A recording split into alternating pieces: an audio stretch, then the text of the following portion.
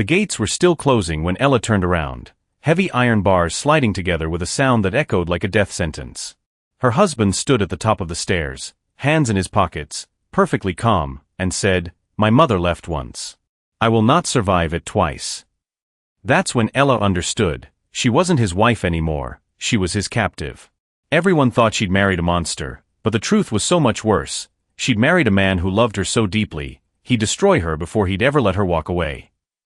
Hey family, before this story begins, I want you to do something real quick. Drop a comment below and tell me where you're watching from. Your comments fuel these stories.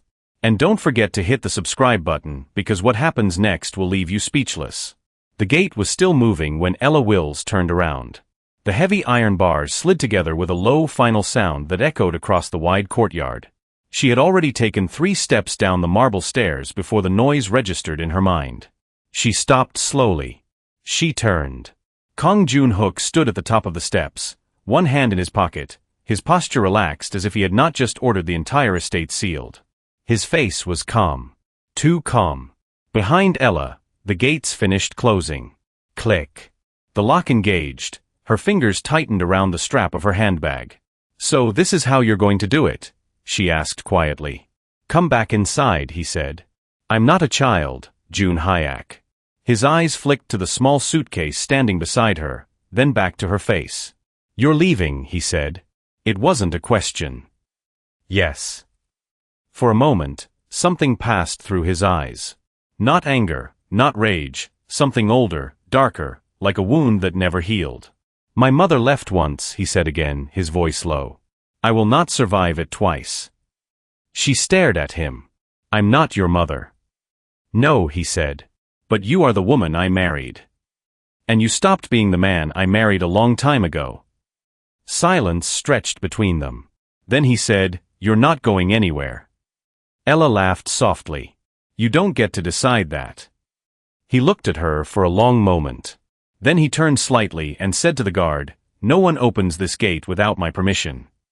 "Yes, Chairman." That was when Ella understood. This wasn't an argument. This was a sentence 2 hours earlier. Ella stood in front of the mirror and barely recognized the woman looking back at her. She looked tired, not crying, not broken, just exhausted. 3 years of marriage to Kong Joon-hook had taught her many things. How to eat alone at a table meant for 12, how to sleep beside a man who was always somewhere else. How to speak and not be heard. She fastened her earrings slowly. Today she was leaving, not because she didn't love him, but because loving him had started to feel like disappearing. She zipped the small suitcase closed.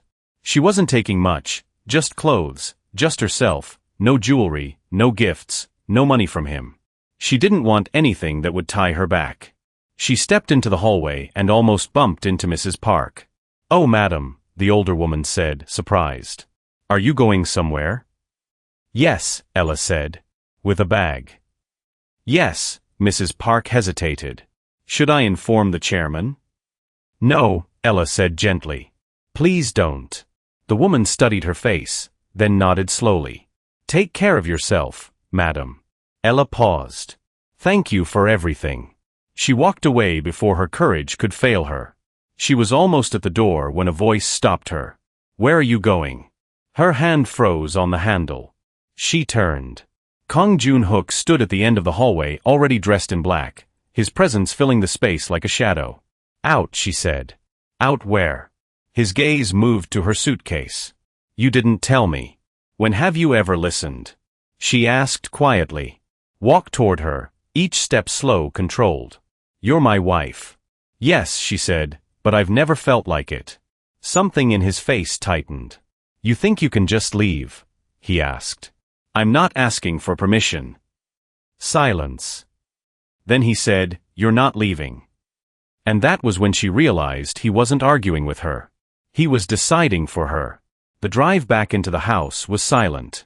Ella sat in the back seat, her hands folded tightly in her lap, staring out of the tinted window as the iron gates opened again and the car rolled inside. The same gates that had just swallowed her freedom. She didn't look at him.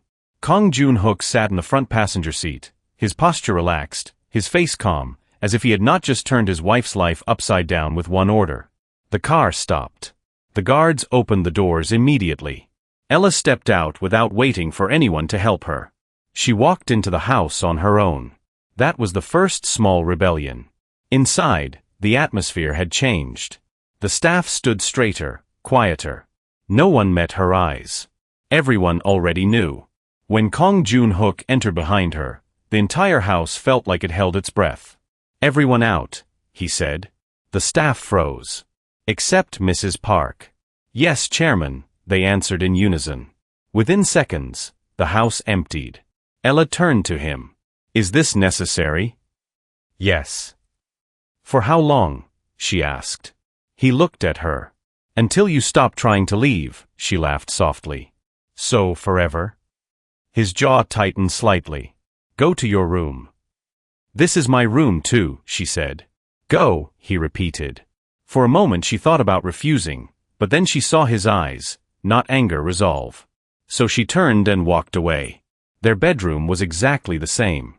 Too big, too cold, too quiet. Ella dropped her bag on the couch and stood there, not knowing what to do with herself. She heard the door open behind her. "You can't keep doing this," she said without turning around. "I can." She turned. "You can't keep locking me in like I'm a thing you own." His gaze was steady.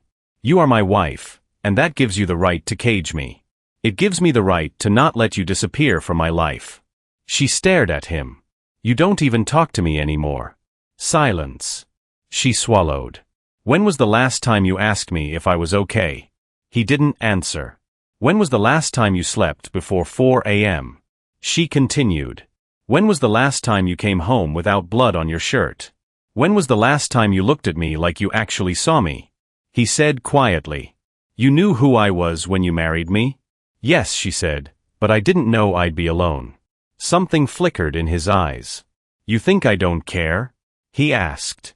She laughed again, but this time her eyes were wet. "If you care, you have a strange way of showing it." He took a step closer. "You think I don't notice you? You think I don't see when you stop eating? When you stop sleeping? When you stop waiting for me? Then why do you act like I'm not here?" Because he stopped himself. Because what? Because he was afraid. Because he didn't know how to touch something he was terrified of losing. He turned away. "You're not leaving," he said. "That's not an answer," she said. "It's the only one you're getting." That night, Ella didn't sleep. She sat by the window watching the guards change shifts. There were more of them now, twice as many. She tried the door, it opened. But when she tried the hallway, 2 guards were already there. "Madam," one said politely, "please return to your room." "So I really am a prisoner," she said. "No, madam," the other said awkwardly. "Just for now." She closed the door and leaned her forehead against it. Downstairs, Kong Joon-hook stood in his study, staring at the city lights. Chairman, his right-hand man, Chi Sung-min, said carefully, "This is extreme." Joon-hook didn't turn. "She was leaving." "Yes, but she's your wife." And Sun-ung hesitated. "The men are talking. They can talk. The board, they don't matter." Sun-ung men took a breath. "What if she hates you for this?" Jun-hook's hand tightened around the glass he was holding. "She can hate me," he said, "as long as she stays." Shung-min looked at him. "This isn't about her leaving today, is it?" Silence. "This is about your mother." Joon-hyuk's eyes darkened. "Don't mention her." "You're doing the same thing your father did," Shung-min said quietly, "holding too tight, suffocating what you're afraid to lose." Joon-hook turned sharply. "My father lost everything." "Because he didn't ask questions," Sun-ung-men said. "Because he believed lies." Joon-hyuk's expression hardened. "Ella is not innocent." Sun-men frowned. "What do you mean?" He set the glass down. "I saw the messages." "What messages?" He didn't answer. 2 floors above, Ella lay on the bed, staring at the ceiling. Her phone buzzed. No signal. She laughed weakly, of course. She got up and walked to the closet. Her clothes were still there. Everything was still there. Nothing had changed except everything. She sat down slowly. She thought about the man she had married. The man who used to look at her like she was the only soft thing in his world. The man who used to come home just to sleep beside her, even if he left before dawn. The man who used to hold her hand like he was afraid she'd vanish. When did it change? When did he start looking at her like she was something that might betray him? The next morning, she went downstairs. Breakfast was already set. He was already sitting there. He didn't look up when she sat across from him. "Good morning," she said. He nodded slightly. They ate in silence. Then she said, "How long are you going to keep me here?" He said calmly, "You live here. You know what I mean." He finally looked at her. "Until I'm sure you're not going anywhere." "And how will you be sure when you stop trying?" She put her spoon down. "You're not fixing anything. You're just breaking what's left." His eyes didn't move from her face. It was already broken. Her chest tightened. "Because you broke it." Something dark passed through his eyes. "Be careful, Ella." "Or what?" she asked. "You'll lock me in harder." "Yes." Later that day, Kong Joon-hook sat in his study again. A man stood in front of him, head bowed. "Repeat it," Joon-hook said. "She's been in contact with a man named Daniel Wright." The man said they met twice. Once at a cafe, once at a gallery. Joon-hook's jaw tightened. Relationship. Unknown, but the man is trying to help her leave the country. Joon-hook closed his eyes slowly, just like his mother. He opened them again. "Find out everything about him," he said. "And watch my wife." "Yes, Chairman." When the man left, Joon-hook stood alone. "She won't do it to me," he said quietly. "She won't." But the fear in his chest said otherwise. And far away in a quiet office, Kong Minj smiled at his phone. "Just like your mother," he murmured. Ella woke up to the sound of the door opening. She sat up immediately, her heart pounding, but it was only Mrs. Park carrying a tray. "Good morning, madam." The older woman said softly. "What time is it?" "Almost 9.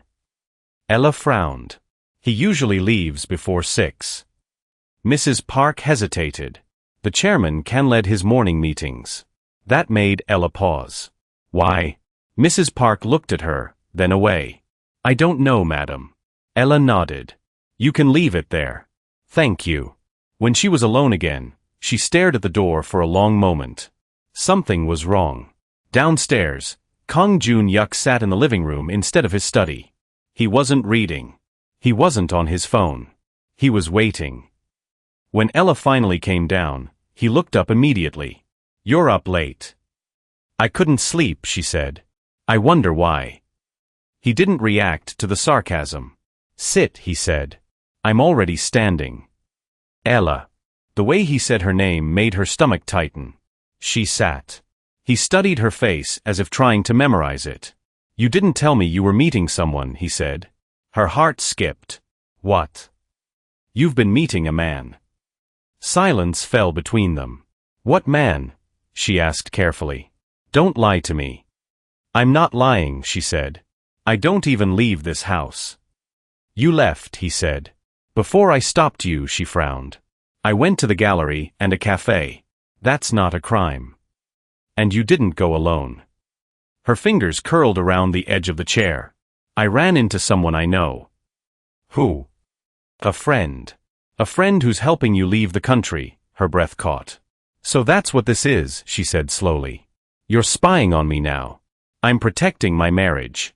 You're suffocating it." He leaned forward. "Who is he?" "It doesn't matter." "It matters to me." "Why?" she asked. "So you can imagine things that aren't true." He stared at her. "So you can explain why you're planning to disappear?" She stood up. "I wasn't disappearing. I was leaving without telling me." "Would it have made a difference?" she asked. "Would you have listened?" He didn't answer. "That's what I thought." The silence stretched. Finally, he said, "Daniel Wright." She froze. He saw it. "So it is him." She closed her eyes briefly. "Yes." "Who is he to you?" She hesitated. "He's someone I used to know from before I came to Korea. And now he's back in your life. He ran into me by coincidence. And offered to save you?" Joon-hook asked coldly. "He offered to help me," she corrected. "Because he saw I wasn't okay."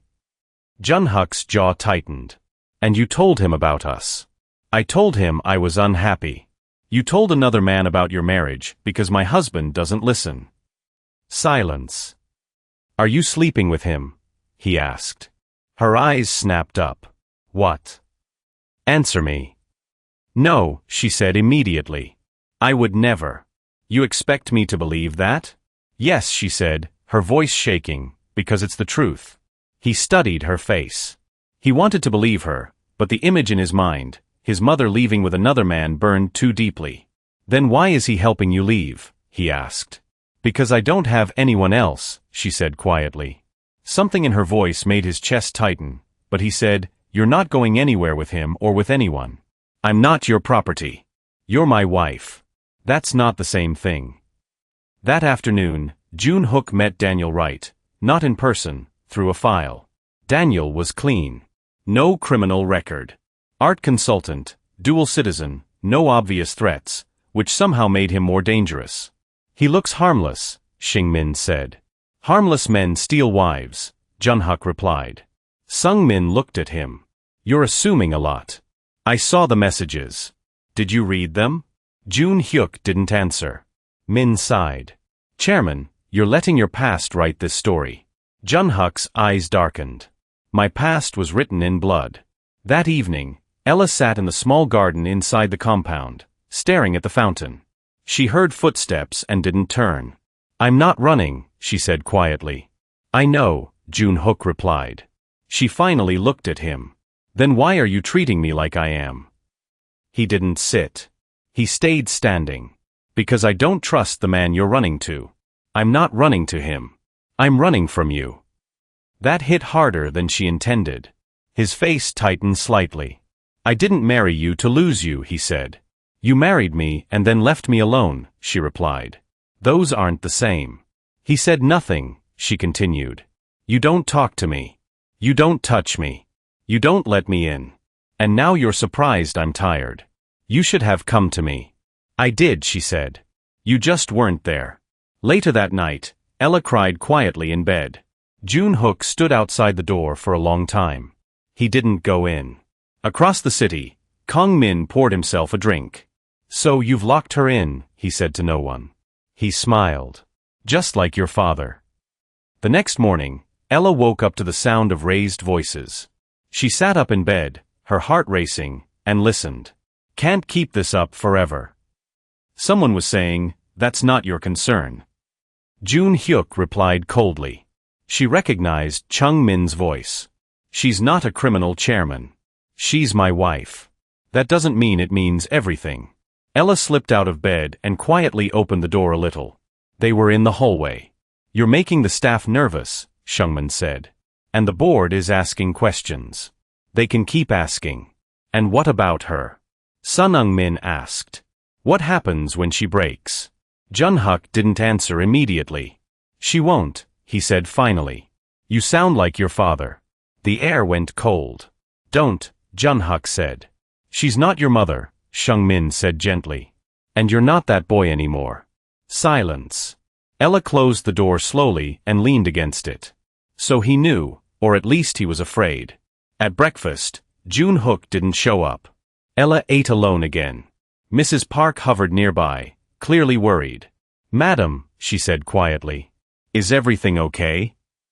Ella smiled faintly. No, but thank you for asking. Mrs. Park looked like she wanted to say more, but didn't. When Ella tried to go outside after breakfast, a guard stopped her. I just want to sit in the garden, she said. I'm sorry, madam. The chairman said you can use the inner courtyard only, so I need permission to breathe now. The guard looked uncomfortable. I'm just following orders. She turned back inside. Later that day, Shungmin came to see her. Madam, he said with a small bow, may I speak with you? She nodded. If I'm allowed to, he winced slightly. I'm sorry. For what? For being part of this. She studied him. Why are you? He hesitated. Because he doesn't listen to anyone else. She looked away. He doesn't listen to me either. Sun Men sighed. He's afraid. Of me? She asked bitterly. Of losing you? She laughed softly. Then he's doing a very good job of making sure that happens. Sun Men looked at her seriously. Did you really plan to leave without telling him? Yes, she said, because telling him would have changed nothing. Did you plan to leave with that man? No, she said immediately. Daniel is just a friend. He offered to help because he saw I was unhappy. And you are? Yes, Sun Men nodded slowly. He thinks you're going to betray him. Because his mother did, she asked quietly. He looked at her surprised. You know, I'm not blind, she said. I've lived in this house long enough to feel her ghost everywhere. Sung Min was silent. He looks at me like he's waiting for me to disappear, she continued. But he never asks me to stay. That evening, Junhuk finally came to see her. He found her in the small sitting room reading the same page of a book for the 10th time. You haven't eaten, he said. I had lunch. You skipped dinner. I wasn't hungry. That's a lie. She closed the book. Why are you here to talk? She looked at him. That's new. He ignored that. You're not going to see that man again. She sighed. You don't get to decide that. I do. He said, while you're here. And how long is that? As long as it takes. She stood. You're not fixing anything. You're just proving that you don't trust me. He looked at her. Trust is earned. Her chest tightened. What did I do to lose it? He didn't answer. She waited. Tell me, she said. What did I do? He said quietly. I saw messages. What messages? Don't play with me, Ella. I'm not, she said. I don't even know what you're talking about. He stared at her, searching her face. Someone sent me proof, he said. Her heart skipped. Proof of what? Of you planning to leave me with him. She shook her head. I never planned to leave with Daniel. I planned to leave alone. That's not what the messages said. Then the messages are lying. He frowned. You don't even want to check if they're real, she said. You just want them to be. That's not true. Then show me. He hesitated. That hesitation told her everything. You already decided I'm guilty, she said softly. That night, Ella tried something dangerous. She waited until the house was quiet. Then she walked to the far end of the corridor where a service staircase was. There were no guards there. She went down slowly. Her heart was pounding. At the bottom, she found a side door. It was locked. She tried another, also locked. Footsteps. She turned. Jun Hook stood there. How long were you planning this? He asked calmly. I just wanted to walk, she said. You wanted to test the cage. She swallowed. Let me go. He stepped closer. Why? Because this is killing me. He looked at her for a long moment. Then he said, so is losing you. Across the city, Kung Minj listened to a report and smiled. She tried to escape. Yes, good, he said. Soon she'll push him harder. And then, Minji said softly. He'll break his own marriage, just like his father did. The next few days passed in a strange, suffocating rhythm. Ella woke up, ate alone or with him in silence, walked only where she was allowed, read the same pages of the same books, slept on the edge of the bed while Kong Jun Hook stayed on his side, distant, silent, awake long after she closed her eyes. He didn't touch her. That hurt more than the guards. It felt like punishment. On the 4th day, she finally broke. You can't keep doing this, she said at breakfast. He was reading something on his tablet. He didn't look up. I can. You're not even pretending this is about my safety anymore. He set the tablet down slowly. It is about my marriage. This isn't a marriage, she said. It's a cage. You're still here. And you're still alone, she replied before she could stop herself. His eyes lifted. The air went cold. Don't, he said quietly. Why? She asked. Because it's true. Because you're in the same room with me and still 1,000 miles away. You don't know what you're talking about. I know exactly what I'm talking about, she said, her voice shaking. You come home covered in other people's blood and look at me like I'm the dangerous one. That's not what this is. Then what is it? She asked. Tell me. He stood up. Be careful, Ella. Or what? she asked. You'll lock me in my room instead of the house. His jaw tightened. You think I enjoy this? I think you don't care what it's doing to me. Silence. Then he said something that made her heart drop. You should have thought about that before you started looking for a way out. She stared at him. So that's what you think? I know it. No, she said. You think you do? That afternoon, Sun Min came to see her again. You look worse, he said gently. So do you, she replied. He gave a small, tired smile. He's not sleeping. Neither am I. They sat in the small inner courtyard where she was still allowed to go. He thinks you're going to leave him like his mother did. Shengmin said quietly. And if I tell you I'm not? Ella asked. He met her eyes. I believe you. She swallowed. Then why doesn't he? Because he's been waiting for this his whole life.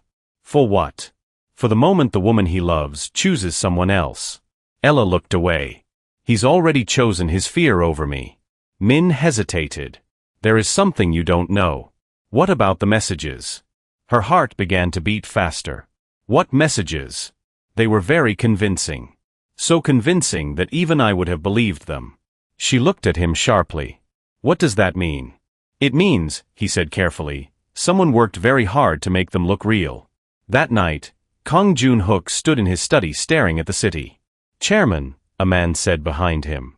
We traced the source of the anonymous messages. Jun-hook didn't turn. And they didn't come from Madam's phone. His fingers tightened. They were sent from a burner device. Silence. So you're saying, he said slowly, they could be fake? Yes. Jun-hai closed his eyes for a brief moment. Then he said, find out who sent them. Yes, Chairman. Ella was brushing her hair when the door opened. She stiffened. He walked in and closed the door behind him. We need to talk, he said. She laughed weakly. Now you want to talk? Yes. She sat on the edge of the bed. About what? The messages. She looked at him. Finally. They might not be real, he said. Might, she repeated. You locked me in for days because of might not. He didn't answer. You didn't even ask me, she said. You just decided I was guilty. I saw my mother's face in you, he said quietly. Her breath caught. She left without looking back, he continued. I was 10. My father never recovered. He died waiting for a woman who wasn't coming back. She stared at him. And now, she asked. And now I see you packing your bags, he said. Talking to another man, smiling at him. And you expect me to be calm? I wasn't smiling, she said. I was asking for help. He looked at her. From him, from anyone, she replied. Because my husband wasn't there. That hit. He looked away. The next day, Ella tried again. She went to his study. The guards didn't stop her. That alone told her something had changed. He was on the phone when she entered. Yes, he was saying. Find him. He hung up and looked at her. You can't keep treating me like an enemy. She said, you're not my enemy. Then stop acting like I am. He was quiet. I never touched him. She said, I never betrayed you. I want to believe that. Then believe it, she said, or this marriage really will die. Silence stretched between them. Finally he said, if you're lying to me, I'm not, she said. He studied her face. Something in his expression shifted. Just a little. Across the city, Kongman Jae frowned as he read a report. They're checking the messages, he asked. Yes, he smiled slowly. Then it's time to remind my nephew how much he hates being abandoned. The first real crack in Kong Jun-hook's certainty came 3 days later. He was in a meeting when Sun M walked in without knocking. That alone told him something was wrong. We found the burner phone, Sun Min said quietly. Jun-hook's eyes lifted. Where? In a storage unit registered under a shell company. And in that shell company leads back to someone you know. Jun-hook's jaw tightened. Who? Sun Min hesitated. Your uncle. Silence fell in the room like a blade. Kong Min said. Jun-hook slowly stood up. That's not possible. He's been moving quietly for years. Sun Min said. We just never looked at him. Jun-hook's mind went cold. His uncle, the same man who had stood at his father's funeral and said, "I'll take care of everything." The same man who had whispered to him as a boy that his mother had chosen another man. "Show me everything," June Hook said. That night, June Hook didn't come to bed. Ella lay awake staring at the ceiling, listening to the house breathe. Around 3 a.m., the door opened. She didn't turn. He stood there for a long moment. "I owe you an apology," he said. Her heart skipped slowly. She sat up. "For what?" "For not listening," he said. "For not asking you before judging you." She looked at him. "Is this another test?" "No." "Then what changed?" He hesitated. "I might have been wrong about the messages." "Might?" She repeated. He closed his eyes briefly. "They weren't from your phone." Silence. "So you caged me," she said quietly. "For something that wasn't even mine." He didn't defend himself. "I thought you were leaving me for another man," he said. "And I panicked." "You didn't panic," she said. "You controlled," he swallowed. "Are the guards leaving?" She asked. "Not yet." Her eyes hardened. "Then this apology doesn't mean much." The next morning, she found the house different. Not open, but softer. Some guards were gone. The air felt less tight. At breakfast, he actually spoke. "Eat," he said. "You're losing weight." She almost laughed. "You noticed." He looked away. They ate in silence. But it wasn't the same silence. That afternoon, Sun came with a file. Ella was in the sitting room. He hesitated. "Madam, the chairman is in his study, but I think you should see this too." She followed him. Inside, June Hyuk was standing, not sitting. He looked tense. "What is it?" Ella asked. Shung Men placed the file on the desk. "The same pattern," he said. "From 25 years ago." Ella frowned. "What do you mean?" Sun Men opened the file. Inside were old photographs, old messages, bank transfers, and a woman's name. Kong Yura, June Hook's mother. "These are," Ella whispered. "Proof," Zingman said. "She never ran away with anyone. She was framed." Ella looked at June Hook. His face was pale. "My uncle did it," he said quietly. "He destroyed my parents' marriage. And now he tried to destroy yours," Jung said. Ella's chest tightened. "So you really thought?" "I thought you were becoming her," June Hyak said. "And instead," she said softly, "you became your father." The words hurt because they were true. That night, June Hyak drank alone. He remembered being 10 years old, standing at the window, watching his father stare at the gate every night, waiting. Dying slowly, he pressed his eyes shut. "I won't become him," he whispered. But he already had. The next day, June Hook confronted his uncle. Kong Minj smiled when he saw him. "My nephew," he said warmly. "To what do I owe this visit?" "You framed my wife," June Hyuk said. Minjae raised an eyebrow. "That's a serious accusation." "You framed my mother too," Jun Hyuk said. The smile froze for just a second. Then MJ laughed. "You're imagining things." "Am I?" Jun Hyuk asked coldly. "Because I have proof." Minjae studied him. Then he sighed. "You're too much like your father. And you're a cancer." Jun Hyuk said. Minj's eyes darkened. "Be careful. I'm still family." "Not anymore." That evening, June Hook came home late. Ella was in the living room. "We need to talk," he said. She looked at him. "About what?" "About my uncle." "About my mother?" "About us?" She folded her arms. "Start with this. Am I free?" He hesitated. That hesitation hurt. "I'm working on it," he said. She stood. "Then we have nothing to talk about yet." And she walked away.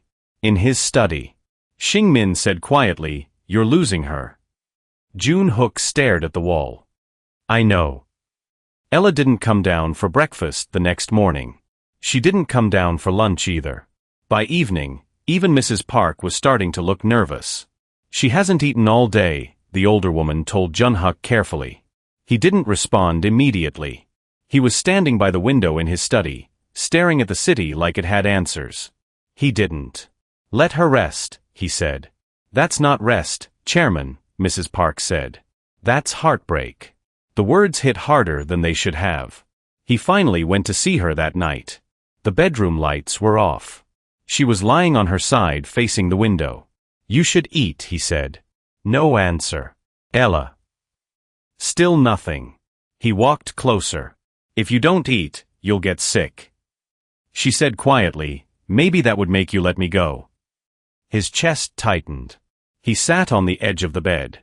I'm not trying to hurt you. She laughed softly. That makes it worse. He didn't know what to say to that. I found out the truth, he said finally. About my uncle, about the messages. She turned slowly. And you were right, he said. You didn't betray me. Her eyes searched his face. Then why am I still here?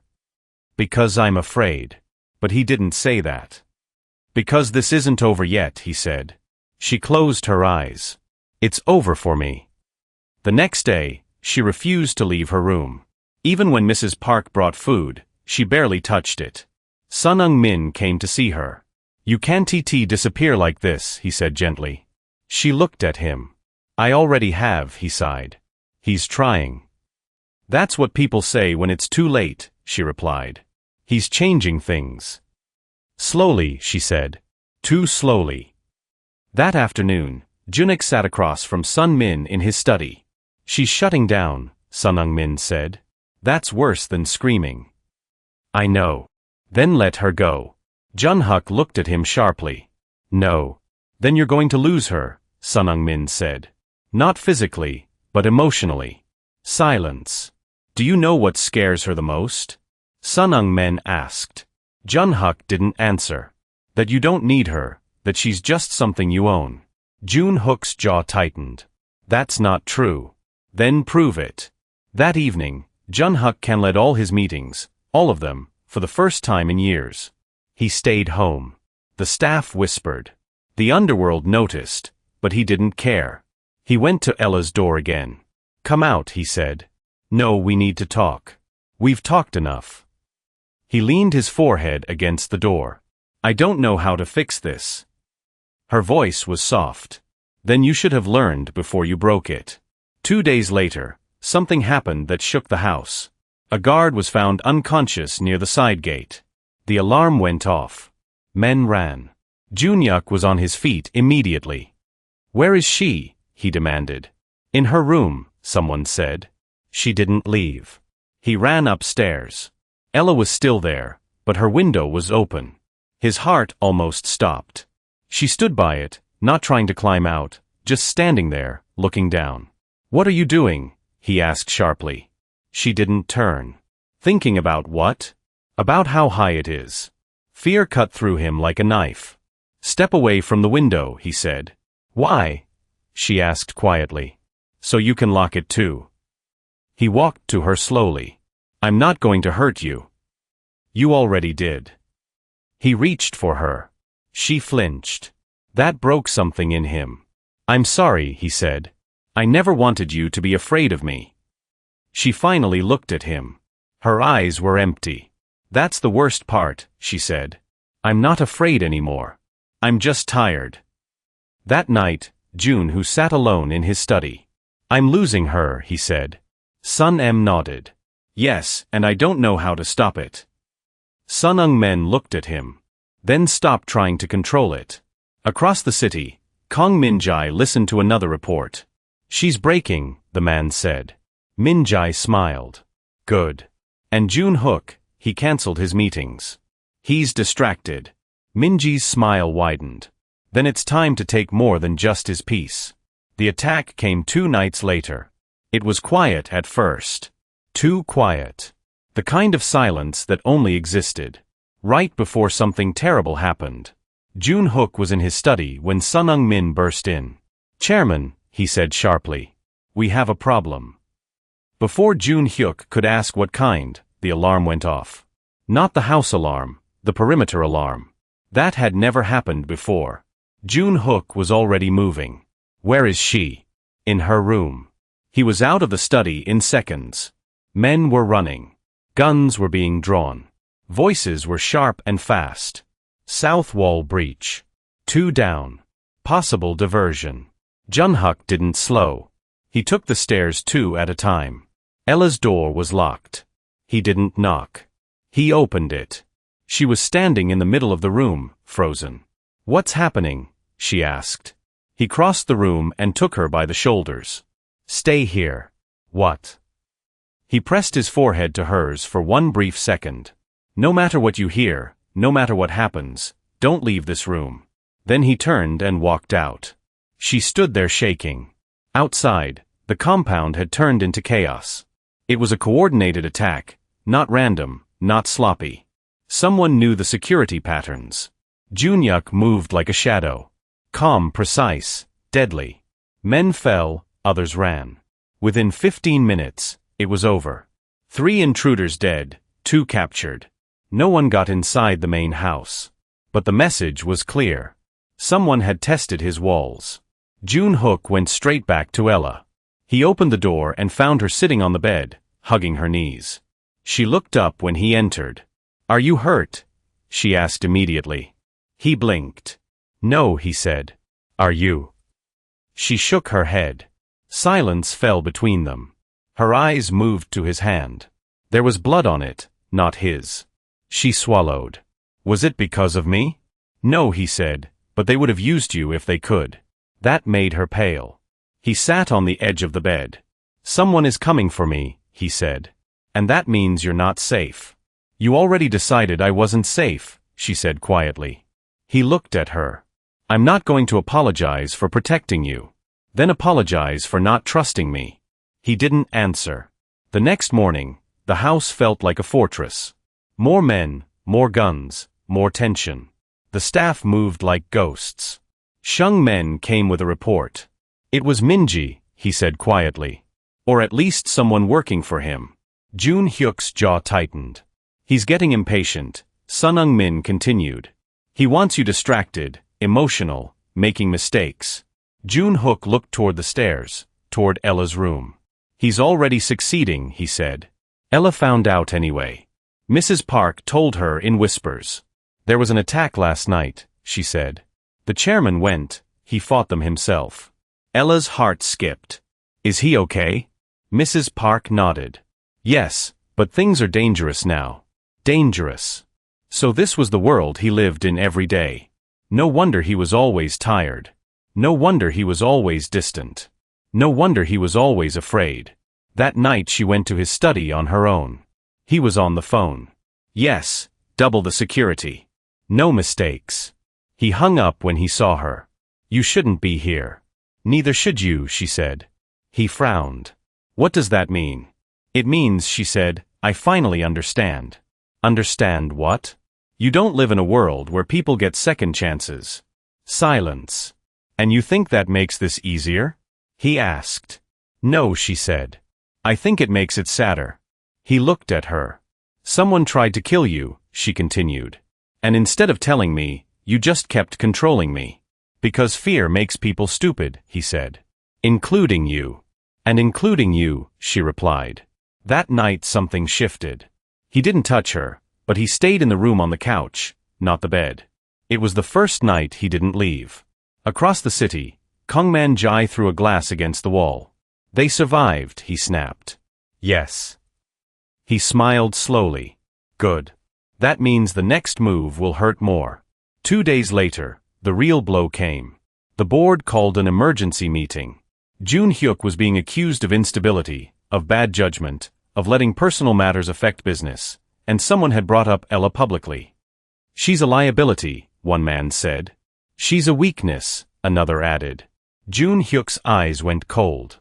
"Say her name again," he said, "and you won't leave this room." Silence fell, but the damage was done. Someone was using his marriage as a weapon. That night, Ella said quietly, "You should let me go." He looked at her. "Why?" "Because they'll keep coming for me, for you, and one day one of us will break." He stared at her. "You think leaving will save you?" he asked. "No," she said. "I think staying might destroy you." Junhyuk didn't sleep that night. He sat in his study long after the house had gone quiet, replaying Ella's words in his head. Staying might destroy you. He had faced bullets without blinking. But that sentence had shaken him. The next morning, the board meeting was worse. They weren't just questioning him anymore. They were circling. "Your recent decisions have been emotional," one man said carefully. "Your security failures," another added. "And the incident at your estate was handled," Jun Hyuk said coldly. "3 men died," the man replied. "And they won't be the last if someone tries it again," Jun Hyuk said. Silence. Then Min Jae spoke. "You've changed, nephew." Jun Huk's eyes lifted slowly. "You cancel meetings. You stay home. You make enemies nervous. And all for what?" Minji smiled gently. "For a woman who doesn't even want to be here." The room went very quiet. Jun Hyuk stood. "If anyone here says her name again," he said calmly, "we will have a different kind of meeting." Min Jae held his gaze. "Threats won't fix what's broken." "No," Jun Hyuk replied. "But they end conversations." When he got home, the house felt heavier. Ella wasn't in the sitting room. She wasn't in the garden. She was in their bedroom packing. Not the small suitcase from before. A bigger one. His chest tightened. "What are you doing?" he asked. She didn't look at him. "I'm not running. I'm preparing." "For what?" "For the day you finally decide this is too much." He walked in and closed the door. "You're not leaving." She turned. "That's not what this is." "Then explain it." "I'm trying to stop being your weakness," she said quietly. He stared at her. "You are not a weakness. They used my name in your meeting today, didn't they?" His eyes darkened. "They're not wrong," she continued. "As long as I'm here, they'll come for me and through me for you." "I don't care." "I do," she said. "I care if you lose everything because of me." He stepped closer. "I'd burn everything before I let you go." She swallowed. "That's exactly what scares me." That night, he finally told her the full truth about his mother, about the lie, about his uncle, about how he had believed for years that love only ended one way. "I don't know how to love without being afraid," he said.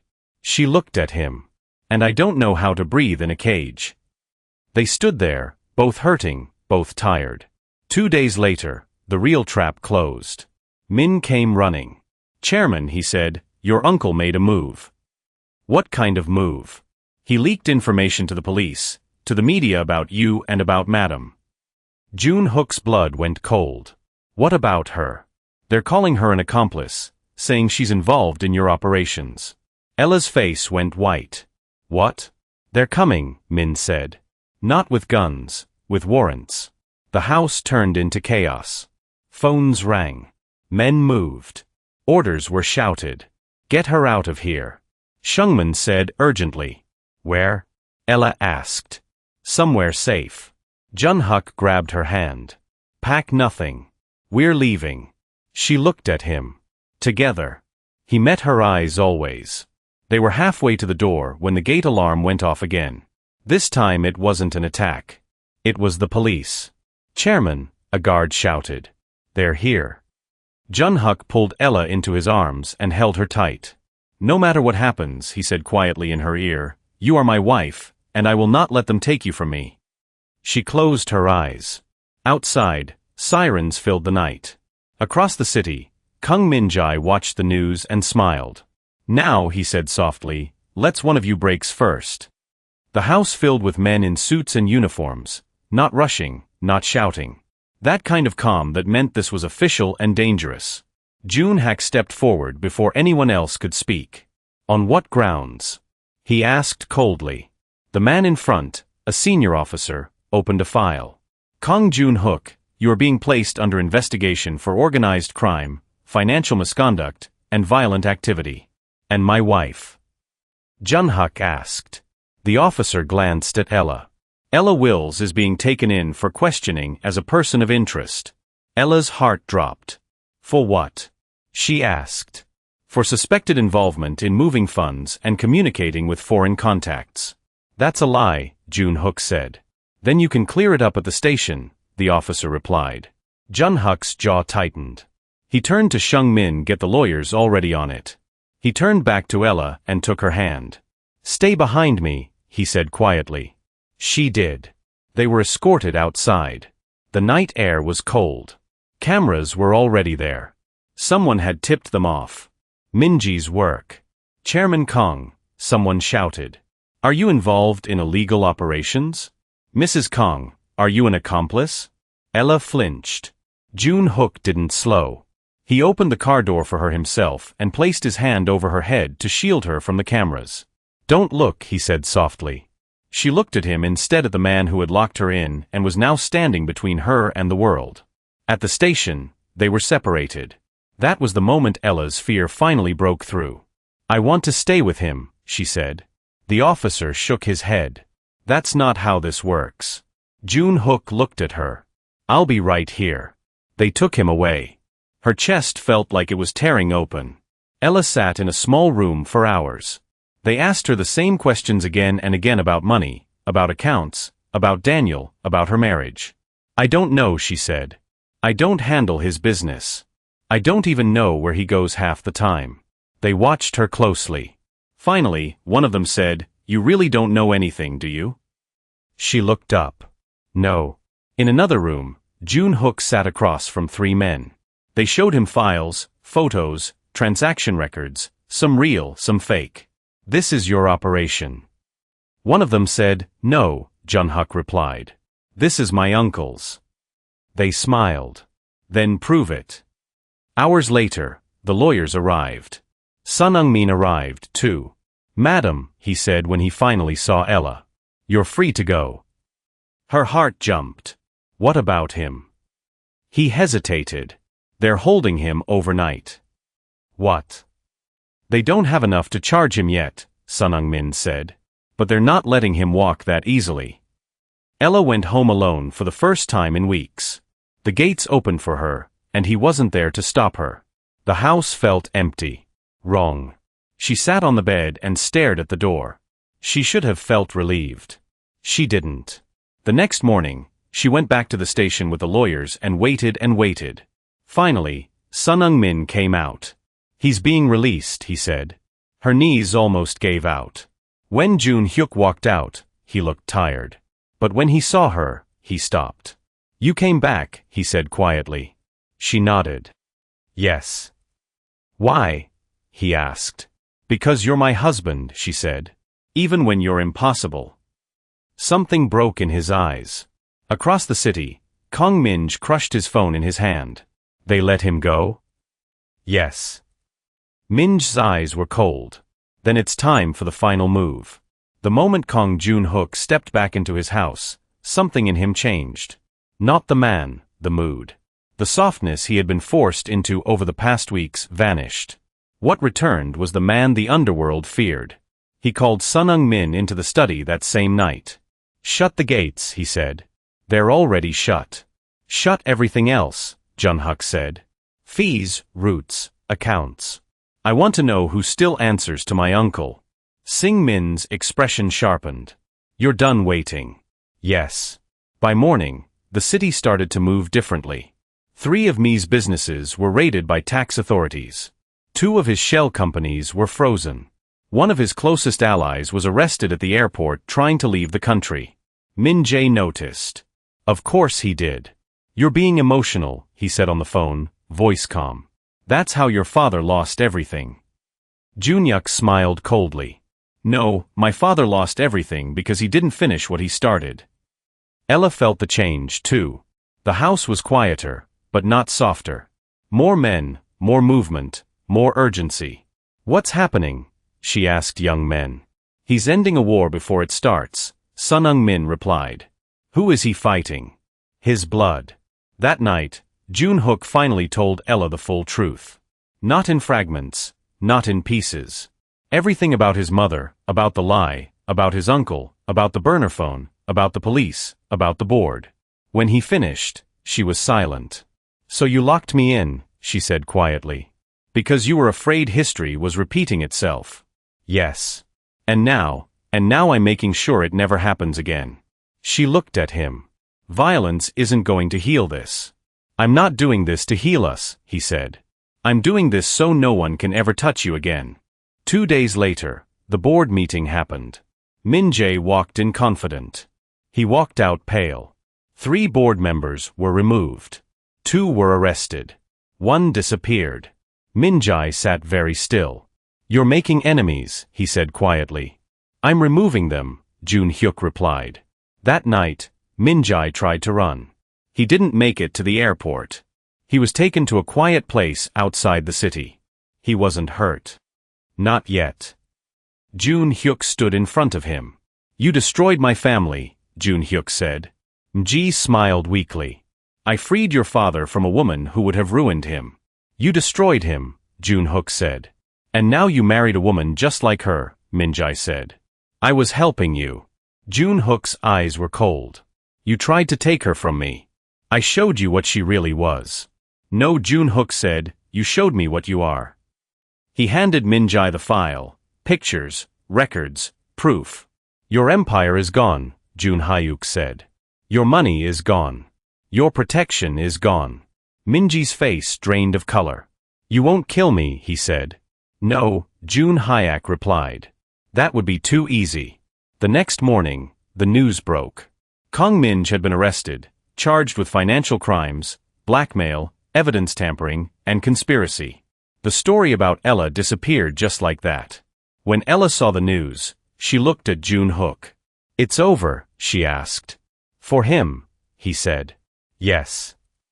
"And for us?" he hesitated. "I don't know," he admitted. She studied him. "You don't get to cage me anymore." She said, "I know." That night, he didn't sleep in the study. He slept on the couch. Not because he was told to, because he knew he hadn't earned the bed yet. Sun Ung-min said quietly, "You chose her over your blood." Jun-hyuk replied, "No, I chose my family." Jun-hyuk didn't tell anyone where he was going. Not Sing, not Ella. He went alone. The detention center was quiet in a way that felt heavy, like the walls were tired of holding people's sins. Kang Jae looked smaller behind the glass, older, but his eyes were still sharp, still bitter. So Min-jae said calmly, "You finally came." Jun-hyuk sat down across from him. "I want the truth." Min-jae smiled. "You already have it. I lost. You won. That's not what I'm here for." Jun-hyuk said, "I want to know why." Min-jae laughed softly. "Why does any man destroy another man's life? Say it." Min-jae's eyes darkened. "Your mother." Jun-hyuk's chest tightened. "I loved her first," Min-jae said, "before your father even looked at her. She was kind, gentle, everything this family was not. She chose him." Jun-hyuk said.